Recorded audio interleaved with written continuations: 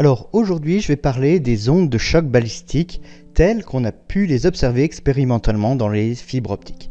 Alors ce travail a été mené au laboratoire interdisciplinaire Carnot de Bourgogne à l'Université de Bourgogne au sein de l'équipe Soliton Laser et Communication Optique par Javier Nuno, moi-même et Julien Fatome. Il a bénéficié du support du laboratoire Action, du CNRS, de l'ERC-PETA, de l'Université de Bourgogne et de la région Bourgogne-Franche-Comté. Alors voilà un petit peu ce que je vais discuter dans cette vidéo. Dans une première partie, je montrerai qu'il peut être intéressant de considérer la lumière qui se propage comme un fluide de photons dans une fibre optique. Ensuite, je montrerai quelques exemples d'ondes de choc dispersives scalaires. J'expliquerai ce qu'on entend par ce terme d'ondes de choc dispersives. Et puis, j'introduirai ensuite le nouveau concept que nous mettons en évidence, c'est-à-dire l'onde de choc optique, mais cette fois-ci vectorielle. Je présenterai le montage que nous avons déployé et les résultats que nous avons pu enregistrer, avant, dans une dernière partie, de donner quelques exemples qui révèlent l'influence d'une cohérence partielle. Alors, quand on a une fibre optique monomode et qu'on lui injecte de la lumière, celle-ci va se propager sur des centaines de kilomètres et elle va être influée par différents effets. Les deux principaux, quand on élimine les pertes, ce sont la dispersion et la non-linéarité. La dispersion, c'est le fait que la vitesse de propagation dépend de la fréquence. La non-linéarité, c'est que la vitesse dépend de l'intensité de la lumière. Pour caractériser la non-linéarité, on a un recours au coefficient de non-linéarité Kerr, gamma. Pour caractériser la dispersion, on se tourne vers un coefficient bêta 2 qui représente la dispersion réduite à son ordre le plus simple. Alors, généralement, ces deux effets ils sont considérés comme néfastes. Dans les télécommunications, on va essayer de les éviter. En effet, la dispersion élargit le profil temporel de l'impulsion, alors que la non-linéarité, elle, élargit l'impulsion dans le domaine spectral. Donc a priori, deux effets qui vont modifier fortement les profils temporels ou spectraux de la lumière lors de sa propagation dans la fibre optique. Si on veut les prendre en compte maintenant, si on veut modéliser numériquement l'impact, on va se tourner vers une équation qui est relativement simple, c'est l'équation de Schrödinger non linéaire. Et cette équation unique nous suffit, dans l'approximation scalaire, à prendre en compte la dispersion et la non-linéarité. Alors, dans le cas de cette équation de Schrödinger non linéaire scalaire, la structure non linéaire la plus connue, c'est le soliton, qui existe en régime anormal. Donc, le régime anormal, c'est quand on a la dispersion d'ordre 2 qui est négative. Dans l'autre régime, on a les solitons noirs qui sont vus comme la contrepartie des solitons brillants, mais cette fois-ci en régime de dispersion normale. Alors, il y a bien d'autres structures non linéaires qui peuvent exister, même si on travaille uniquement en régime scalaire. En effet, il y a eu depuis quelques années, moins d'une dizaine d'années, un regain très important de recherche sur le thème des solitons sur fond continu.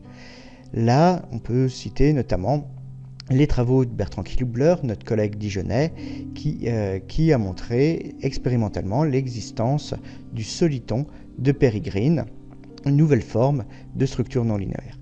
Et ce qui a stimulé l'intérêt de ces nouvelles structures non linéaires, c'est une analogie qui peut être dressée entre l'équation de Schrödinger non linéaire dans les fibres optiques et le domaine d'étude des ondes océaniques. Et à partir de cette analogie, il y a eu toute une gamme d'études faites sur ce qu'on appelle les ondes scélérates, c'est-à-dire des ondes géantes qui émergent de nulle part et peuvent ensuite disparaître. Dans le régime normal, on a aussi une analogie qui peut être menée avec le domaine de l'hydrodynamique, mais alors que dans le régime anormal, c'était une analogie avec les vagues océaniques, dans le régime normal, c'est les eaux peu profondes qui sont concernées. Et là, ce ne sera plus du tout des solitons, ce sera des ondes de choc dispersives qu'on va observer. Alors, quelques mots sur cette analogie. Avec le monde hydrodynamique dans le cas du régime normal, Si on reprend notre équation de Schrödinger non linéaire, il peut être intéressant de la normaliser, c'est-à-dire faire disparaître la mention explicite de β2 et de gamma, et ensuite de séparer l'amplitude et la phase, et de se placer dans un régime initialement dominé par la non-linéarité. C'est ce qu'on appelle la limite semi-classique ou KWB. Et dans ce cas-là, eh bien, notre équation de Schrödinger non linéaire, on la divise en un système de deux équations couplées qui font intervenir cette fois-ci le profil d'intensité et le profil de chirp, c'est-à-dire le profil de fréquence instantanée temporelle. Or là, comme ça, on a du mal quand même à voir la simplification et l'apport du passage d'une seule équation à un système de deux équations couplées qui semble a priori plus complexe. En fait, l'apport, c'est que ce système d'équations, il est connu depuis un certain temps dans le monde de l'hydrodynamique. C'est les équations de Saint-Venant, qui elles sont connues depuis le 19e siècle. Et elles peuvent s'appliquer à la propagation des vagues, non pas dans l'océan, mais en eau peu profonde. Alors, maintenant, qu'est-ce qu'une onde de choc dispersive? Alors, quand on a un choc, c'est qu'on a à un moment une catastrophe. Alors, qu'est-ce que ça veut dire? C'est, imaginez, vous avez une impulsion. Ici, c'est l'évolution d'une onde dans le cadre de l'équation de Hopf. Et la non-linéarité, elle va modifier le profil de cette impulsion. Notamment, elle va conduire à un raidissement de son profil d'intensité. Et là, vous voyez, à la distance ZB, on a un gradient temporel du profil d'intensité qui est quasiment vertical. Et ça, c'est ce qu'on appelle une catastrophe. Et ensuite, eh bien, vous voyez, ce qui va se passer, c'est que la partie haute risque de passer au-dessus de la partie basse. Et ça va créer tout un train d'oscillation. Donc ce choc, cette divergence du gradient qu'on observe à ce moment-là, eh bien, on va avoir la dispersion qui va ensuite prendre le relais et régulariser le choc. Alors ça, ces ondes de choc dispersive, ça existe en hydrodynamique, notamment dans le cadre de l'équation de Curter-De Vries. On peut aussi l'observer ici, c'est une onde de choc dispersive prise avec des nuages. Donc l'exemple le plus connu en hydrodynamique, c'est le mascaret qui apparaît quand on a deux fronts de fluide qui se propagent dans des sens opposés. Donc là, on voit qu'on a un choc, et puis derrière, des oscillations très très marquées qui vont avancer. Mais ces ondes de choc dispersive, elles ne sont pas limitées à l'équation de Curter-De Vries, et on peut également en observer dans le cadre de l'équation de Schrödinger non linéaire. Ça a déjà été fait dans le passé, dans le domaine des condensats de Bose-Einstein, et également dans le domaine de l'optique. L'utilisation de matériaux photoréfractifs a permis d'observer dans le domaine spatial les oscillations et un choc. De la même manière que dans le condensat de Bose-Einstein ou qualitativement que dans l'équation de Curter-De Vries. Donc là, on voit même l'interaction entre deux chocs dispersifs voisins avec ici un motif qui devient un petit peu plus complexe. Alors ça, ces observations dans le domaine de l'optique, c'est quand même des observations qui sont assez simples à réaliser. On va ici pouvoir enregistrer les résultats directement grâce à une caméra. Et c'est une expérience qui est assez peu onéreuse. Il nous faut un laser, un matériau photoréfractif, c'est-à-dire non linéaire, et puis une caméra. Par contre, au niveau de la modélisation, c'est un petit peu plus délicat. Déjà parce que c'est à plusieurs dimensions, et puis parce que l'effet non linéaire peut subir une saturation. On peut aussi avoir des effets de non-localité et des effets thermiques. Donc tout ça, c'est des effets qui vont faire qu'on va s'écarter du cas le plus simple, du cas de l'équation de Schrödinger non linéaire. Et du coup, il est venu l'idée d'utiliser les fibres optiques pour cette fois-ci réaliser une analyse non plus dans le domaine spatial, mais dans le domaine temporel. Et là, on va bénéficier de différents atouts des fibres optiques, à commencer par leur atténuation extrêmement faible. La lumière, elle perd très peu d'énergie lors de sa propagation. Elle est quasiment superfluide. on a en plus beaucoup moins d'effets parasites dans les fibres optiques. On peut vraiment se placer dans les conditions de l'équation de Schrödinger non linéaire. Les moyens de détection ont significativement progressé, donc on peut accéder à un niveau de détail temporel, parce que ici ce sera une expérience menée dans le temps qui sera important.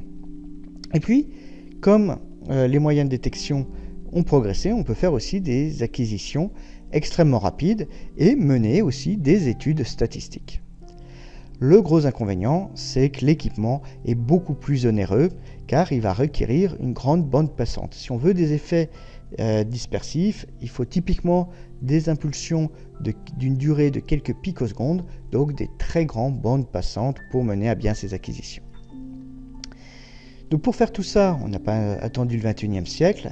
Dès 1989, il y avait des travaux menés notamment par Rothenberg qui montraient l'apparition d'un choc d'intensité et de la rupture d'onde dans la propagation dans une fibre optique. Là, on voit bien une impulsion avec un front qui va se raidir, qui va créer derrière des oscillations dans le profil de ce front. C'est la régularisation par la dispersion. Nous, on a essayé de refaire ça au sein de notre laboratoire, mais en bénéficiant de toutes les propriétés d'une plateforme de télécommunication optique, la plateforme Picasso de l'Université de Bourgogne. Là, le schéma de principe des expériences, il reste relativement simple. C'est des expériences menées dans l'infrarouge à une longueur d'onde d'1,5 micron. On génère des impulsions lumineuses, on va les façonner, les amplifier, et on va regarder ce qui se passe après propagation dans une fibre optique. Et le point crucial, c'est la détection temporelle des événements. Et ça nous a permis en 2014 de montrer des mascarets dans le domaine de l'optique et de montrer aussi les collisions qu'on peut avoir entre ces différentes structures non linéaires. Ici, c'est une vue d'artiste basée sur des simulations numériques. Ici, c'est des enregistrements expérimentaux. Et ce qu'on voit, c'est qu'expérimentalement, on retrouve des dynamiques qui sont extrêmement proches des simulations qui sont réalisées en se basant sur l'équation de Schrödinger non linéaire. On n'a pas besoin de prendre d'autres ordres à l'intérieur de cette équation. Alors, on a généré ces mascarets optiques, on a généré aussi d'autres structures comme les flaticons optiques qui ont des propriétés qui sont différentes. Alors maintenant, l'onde de choc vectoriel, qu'est-ce que ça va être ? On s'est aperçu qu'en fait, pour l'instant, la dynamique, elle est avant tout dictée par le profil impulsionnel de ce qu'on envoie dans la fibre optique. Et du coup, si on envoie une onde continue, elle va absolument pas évoluer en régime de dispersion normale. Donc là, ce qu'on veut utiliser, ce qu'on veut mettre à profit, c'est un autre degré de liberté qu'est offert par la fibre optique, c'est la polarisation. En effet, la lumière, on peut, si on veut considérer uniquement un caractère scalaire, mais on peut aussi utiliser le fait que dans une fibre optique, on peut envoyer deux polarisations distinctes et que celles-ci vont se propager au sein de la fibre optique. Alors cette propagation, elle va se faire sans transfert d'énergie d'une polarisation à l'autre. Mais il va quand même y avoir une interaction sans transfert d'énergie. Ce sera une interaction non linéaire et, comme on va le voir, elle va créer un choc. Donc ce qu'on va considérer, c'est une onde de pompe de forte puissance qui sera impulsionnelle et sur l'autre polarisation, une onde signal qui initialement sera continue et qui n'a pas besoin d'être de forte puissance. Alors ici, j'ai appelé l'onde de forte puissance pompe, mais je rappelle, on ne va pas avoir de transfert d'énergie. Donc on n'est pas dans une configuration où on a amplification. Alors, on va se placer dans le cadre d'une fibre assez longue où la biréfringence va varier de manière aléatoire.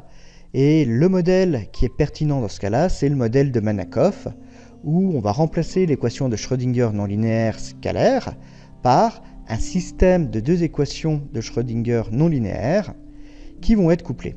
Donc on voit qu'on retrouve les mêmes ingrédients, la dispersion d'ordre 2 et puis un effet non linéaire.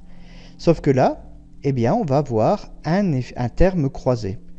Donc c'est au niveau de l'effet non linéaire, au lieu de considérer uniquement la puissance située sur la polarisation qui nous intéresse, bien on voit qu'on doit aussi prendre en compte la puissance posée sur la polarisation orthogonale.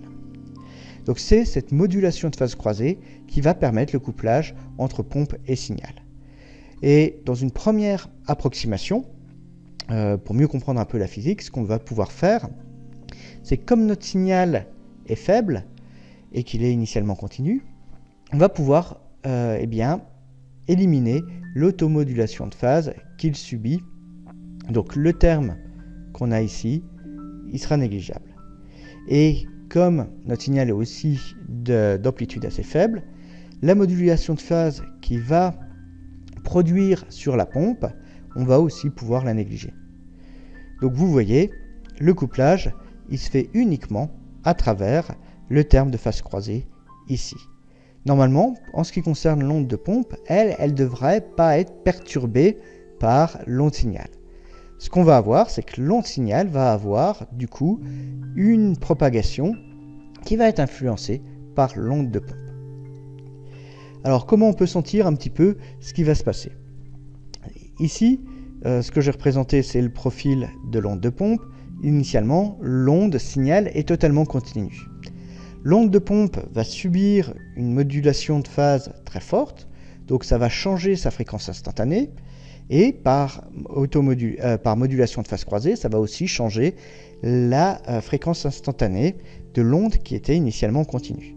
Donc le spectre de l'onde continue, il va fortement s'élargir, et dans le front montant de la pompe, ce qu'on va avoir, c'est l'apparition de basses fréquences.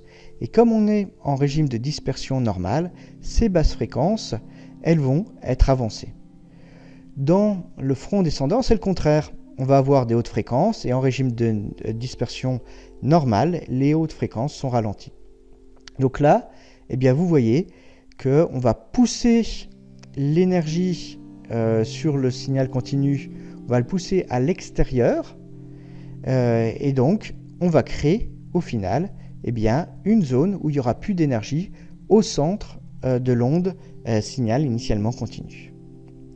Et ce qu'on va avoir, c'est aussi l'apparition d'oscillations de front, donc un choc, et tout ça, on va essayer de l'enregistrer, de l'observer déjà numériquement, puis après expérimentalement. Alors, on peut regarder une représentation temps-fréquence.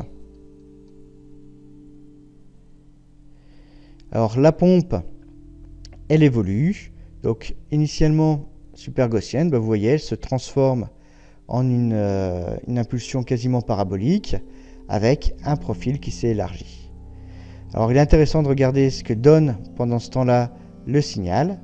Eh bien on voit bien une zone de raréfaction comme on l'avait prédit au centre de l'impulsion, et puis ce front qui a été généré par la modulation de phase croisée et qui est poussé vers l'extérieur.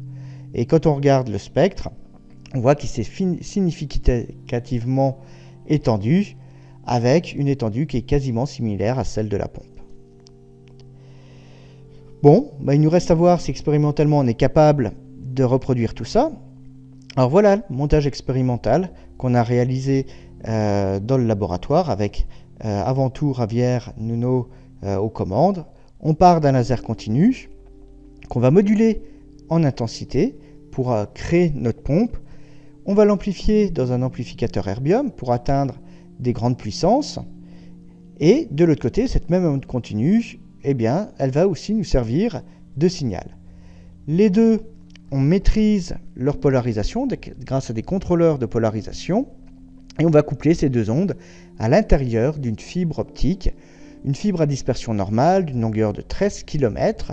On appelle ça une fibre à dispersion à compensation de la dispersion. Et en sortie, on va séparer nos deux signaux, le signal pompe et le signal initialement continu, sur lequel on va vouloir observer ce choc. Et on regarde tout ça sur une photodiode avec un oscilloscope qui a une très grande bande passante, 70 Go. Donc là, on voit l'intérêt de la fibre optique, c'est de pouvoir transporter ces deux polarisations qui vont interagir, tout en conservant la possibilité en sortie de reséparer les deux. Alors, au niveau des durées temporelles, la durée temporelle de notre pompe, ce sera 64 picosecondes et on va en utiliser 230 millions par seconde. Alors, toute cette manip elle est enregistrée. Pour voir l'évolution de ce choc, on ne va pas pouvoir découper notre fibre parce que c'est une fibre assez onéreuse et puis ce serait aussi assez complexe à réaliser. Ce serait destructif aussi, c'est ça le gros inconvénient. Non, ce qu'on va préférer faire, c'est changer la puissance, et plus la puissance sera importante, plus le choc devrait être marqué. Donc ça, on est capable de le contrôler avec précision grâce à un atténuateur variable, et en automatisant l'expérience, on arrive à avoir ce genre de carte qui montre la manière dont le choc va se développer avec cette configuration vectorielle. Alors, regardons tout de suite ces résultats. Alors, la première chose qu'on constate, c'est qu'on a bien la zone de raréfaction telle qu'on l'espérait. On a des oscillations aussi marquées de part et d'autre de cette zone de raréfaction, et ça aussi, on l'attendait, c'est l'effet de la régularisation par la dispersion. Alors, on peut regarder aussi l'évolution de la pompe. Là, vous voyez, ce qu'on constate, c'est que la pompe, comme on l'attendait, elle s'élargit temporellement et elle acquiert une forme qui est quasiment parabolique. Alors, elle a aussi des petites oscillations que normalement on ne devrait pas voir en configuration scalaire. Ces petites oscillations, c'est la marque d'un petit couplage quand même entre l'onde pompe et l'onde sur laquelle on a le choc balistique.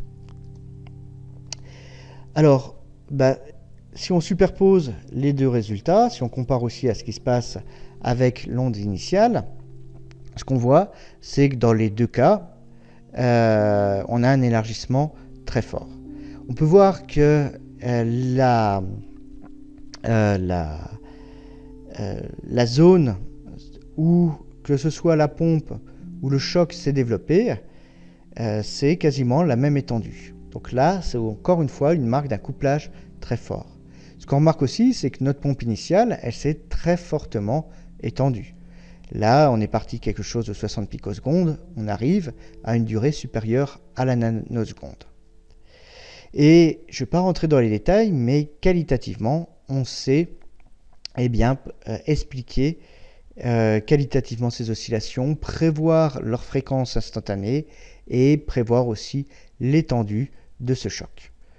Donc ça, on a des petites formules mathématiques qu'on a réussi à trouver et qui expliquent tout ça de manière assez simple.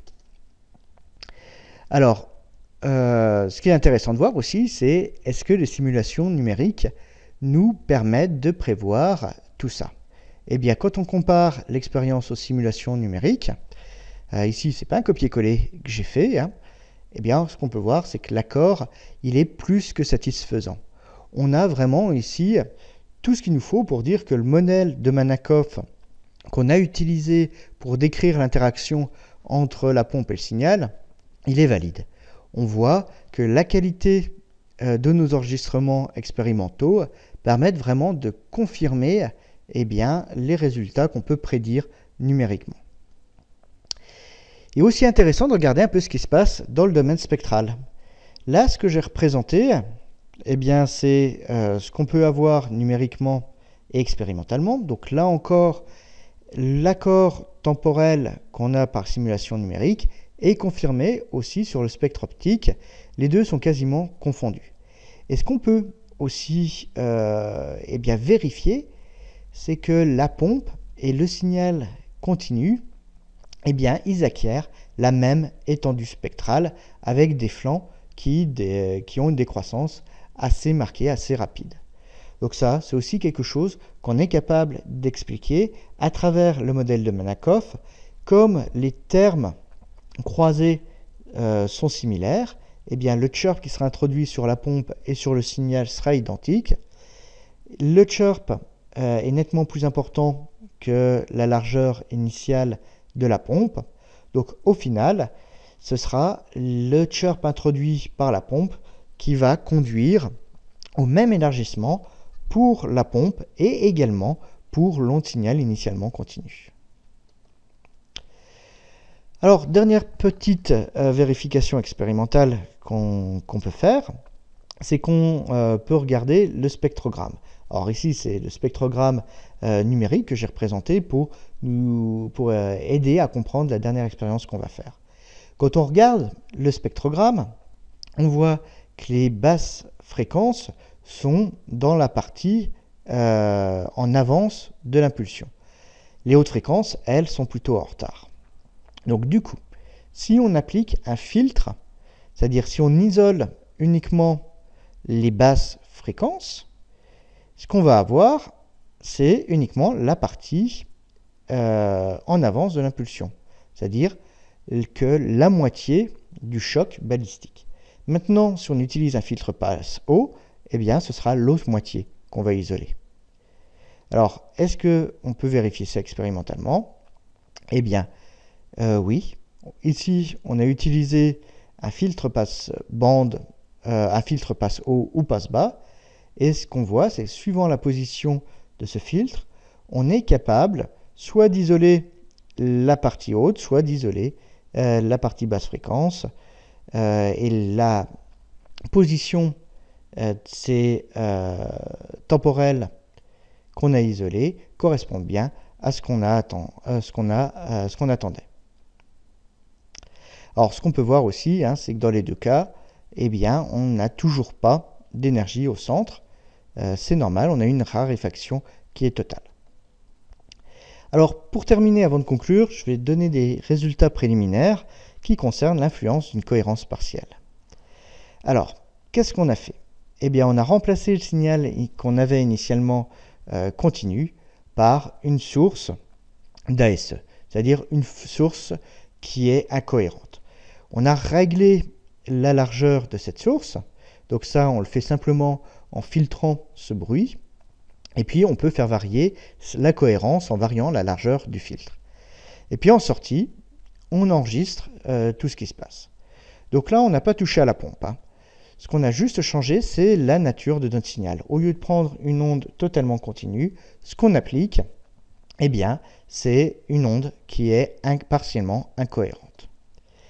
Et ce qu'on voit, c'est que notre signal de sortie, quand on n'a pas la pompe présente, c'est un signal avec du bruit. Ici, c'est une superposition de milliers de réalisations et les couleurs représentent en fait la densité, probabilité d'avoir un certain niveau.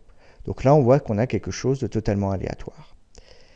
Par contre, dès qu'on va mettre la pompe en route, eh bien, ce qu'on va voir, c'est qu'on va creuser et on va retrouver des caractéristiques qui sont très similaires à celles qu'on avait dans le choc avec un signal initialement cohérent. Donc même avec un signal qui a une incohérence modérée, on va retrouver bien, notre choc balistique. Et on peut s'amuser à augmenter l'incohérence, c'est-à-dire la largeur du spectre qu'on utilise. Et ce qu'on constate, eh bien, c'est que plus on va augmenter cette largeur, plus les caractéristiques du choc, elles vont quand même avoir tendance à diminuer. Et ça, on peut le comprendre assez simplement. Je vais lancer sur ça deux animations. Quand on a un signal avec une largeur assez faible, eh bien, les nouvelles fréquences qui sont générées, elles sortent de la bande initialement de ce signal. Donc du coup, les caractéristiques qui vont en découler, on va pouvoir bien les isoler. Maintenant, dans le cas où l'incohérence est beaucoup plus élevée, eh bien, ces effets ils vont avoir beaucoup plus de mal à s'extraire de la zone initiale. Et du coup, eh bien, on va avoir les caractéristiques qui vont au fur et à mesure eh bien, diminuer. Ça va être de plus en plus dur de les observer. Elles vont être noyées dans le bruit. On ne va plus observer les signatures aussi propres que préalablement. Alors ici, ce n'est pas des résultats expérimentaux, c'est des simulations numériques. En bleu, c'est le résultat moyen, et puis les traces rouges, c'est les résultats pour chaque simulation. Là, c'est une centaine, 100, 200 simulations différentes qui sont superposées. Bon, j'en arrive à la conclusion. Ce que nous avons réalisé, c'est la démonstration d'un choc dans une fibre optique qui, pour la première fois, utilise les propriétés vectorielles de la lumière. Et donc là, ce choc, il est créé non pas par l'impulsion elle-même, mais par l'interaction d'un champ avec un autre champ plus puissant. C'est la modulation de phase croisée qui nous permet de faire tout ça. Et pour ce premier travail, ce qu'on a utilisé, c'est une onde de forte puissance qui va créer un choc sur une onde de puissance plus faible. L'élément le plus visuel, c'est la création d'une zone de raréfaction extrêmement marquée qui s'accroît et qui fait apparaître sur chacun de ces deux flancs des oscillations qui sont très marquées. Ces signatures, elles peuvent être préservées même si on a un signal qui est faiblement incohérent. Donc là, c'est pour la première fois utiliser des propriétés birefringence de la fibre, donc un degré supplémentaire dans les fibres optiques. Mais on peut aussi utiliser d'autres degrés supplémentaires comme les longueurs d'onde en utilisant deux longueurs d'onde séparées. Donc je vous remercie de votre attention.